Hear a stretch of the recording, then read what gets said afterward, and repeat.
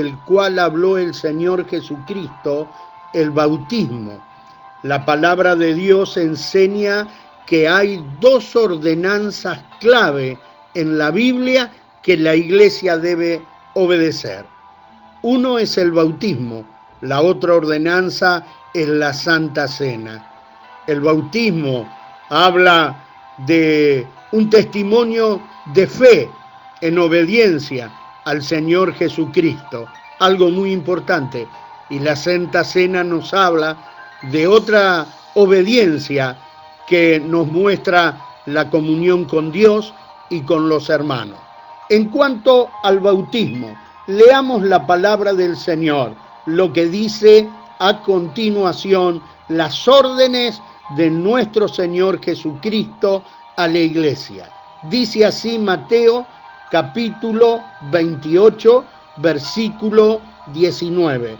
Por tanto, id y haced discípulos a todas las naciones, bautizándolos en el nombre del Padre y del Hijo y del Espíritu Santo, enseñándoles que guarden todas las cosas que os he mandado, y aquí yo estoy con vosotros todos los días hasta el fin del mundo.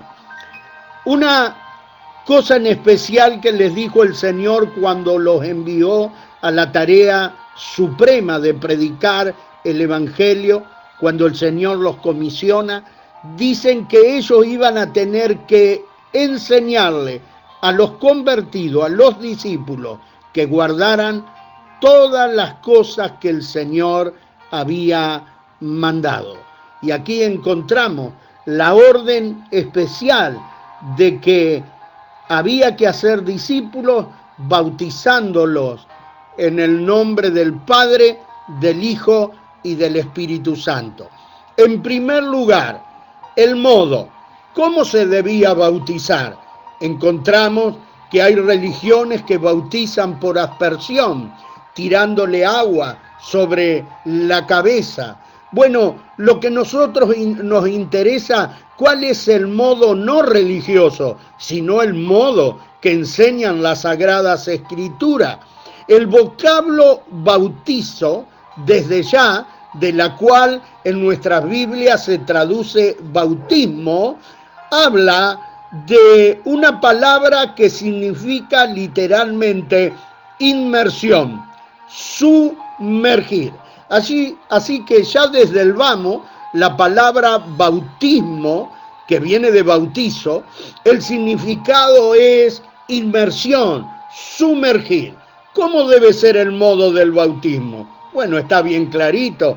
El modo debe ser sumergiendo al candidato en las aguas, sumergido completamente.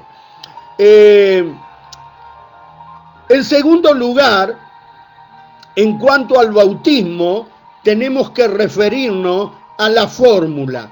¿Cuál era la forma bíblica de bautizar a los que se entregaban a Jesucristo, a los que se arrepentían de sus pecados? Dice la palabra del Señor que debían ir a ser discípulos y el bautismo tenía que ser con esta fórmula bíblica, bautizándolos en el nombre del Padre y del Hijo y del Espíritu Santo, y esto a su vez lo tenían que enseñar a las distintas generaciones. Así que, ¿cuál es la forma bautismal? Cuando alguien se bautiza, ¿en qué nombre debemos hacerlo? ¿En qué fórmula? Bueno, el mismo Señor enseñó, valga la redundancia, que se debía bautizar en el nombre del Padre, del Hijo y del Espíritu Santo.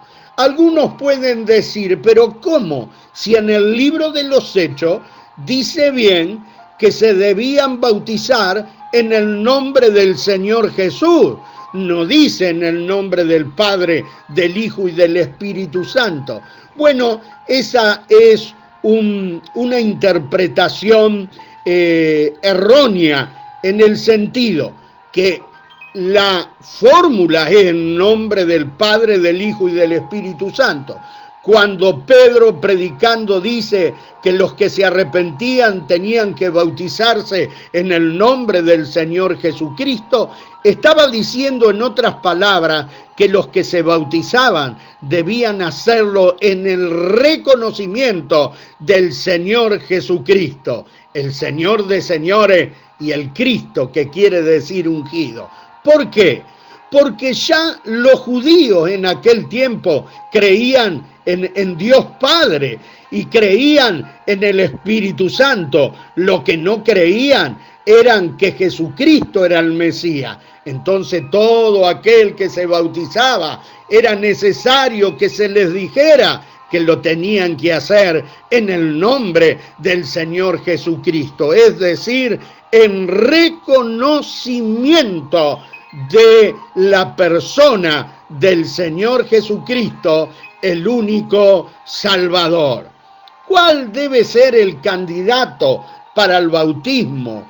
Desde ya el candidato deben ser aquellos que se pueden arrepentir de sus pecados y ejercitar una fe viva en el Señor Jesucristo. ¿Por qué decimos esto? Porque la Biblia no dice que hay que bautizar a los infantes, que hay que bautizar a los niños, a los bebés, solamente en la edad que ellos pueden entender lo que es arrepentirse de sus pecados y ejercitar una fe viva en el Señor Jesucristo, creyendo en su muerte y en su resurrección. Así que los candidatos son todos aquellos que pueden ejercer fe en el Señor Jesucristo, arrepintiéndose de sus pecados. En cuanto a la eficacia del bautismo, debemos entender, mis queridos hermanos, que el bautismo no tiene poder salvador, sino que la iglesia primitiva bautizaba a aquellos que habían tenido una experiencia genuina de salvación, habiendo nacido de nuevo. ¿Por qué? Porque en el mismo significado espiritual del bautismo nos ilustra tres cosas muy importantes. Cuando alguien se bautiza, está diciendo muero con Cristo. Y cuando es sepultado en las aguas, está diciendo yo soy sepultado junto con Cristo. Y cuando sale de las aguas, está diciendo yo nazco a una nueva vida, resucito junto con Cristo.